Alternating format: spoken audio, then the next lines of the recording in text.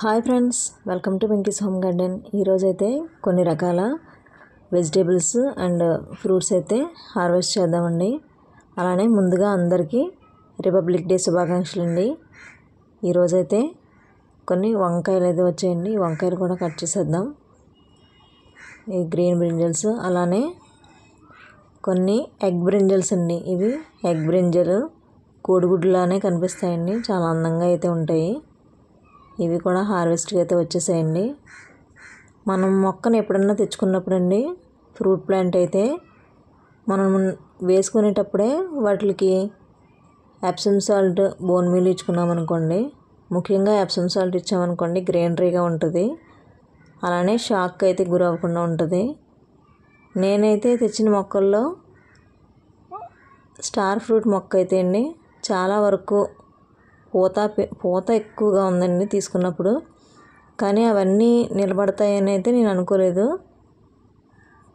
ఆ star fruit మొక్క అయితే నేను ఎప్సమ్ సాల్ట్ అది వేసి అయితే పెట్టానండి. చాలా వరకు బాగానే ఉంది. అదైతే మీకు చూపిస్తాను.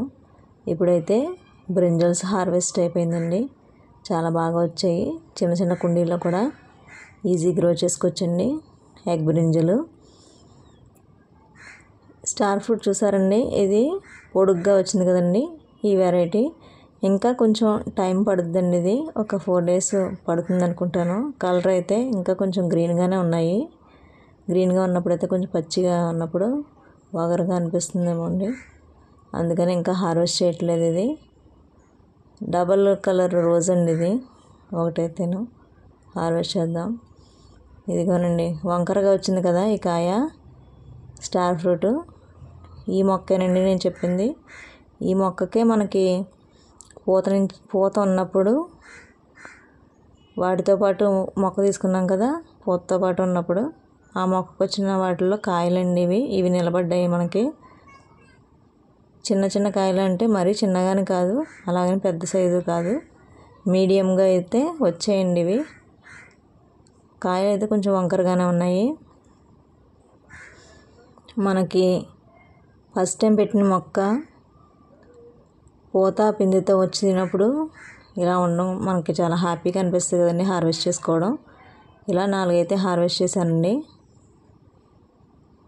బ్రింజల్స్తో పాటు. ఇలా కొన్ని రకాల ఫ్రూట్స్ అయితే ఈ ఫ్రూట్స్ అయితే హార్వెస్ట్ అయింది కదండి. ఇప్పుడైతే చామంతులు అండి. చామంతులు మనకి సీజన్ అయితే అయిపోవస్తుందండి. ఈ చిన్న మొక్క అయినా కానీ చాలా బాగా అయితే పూసింది ఇది.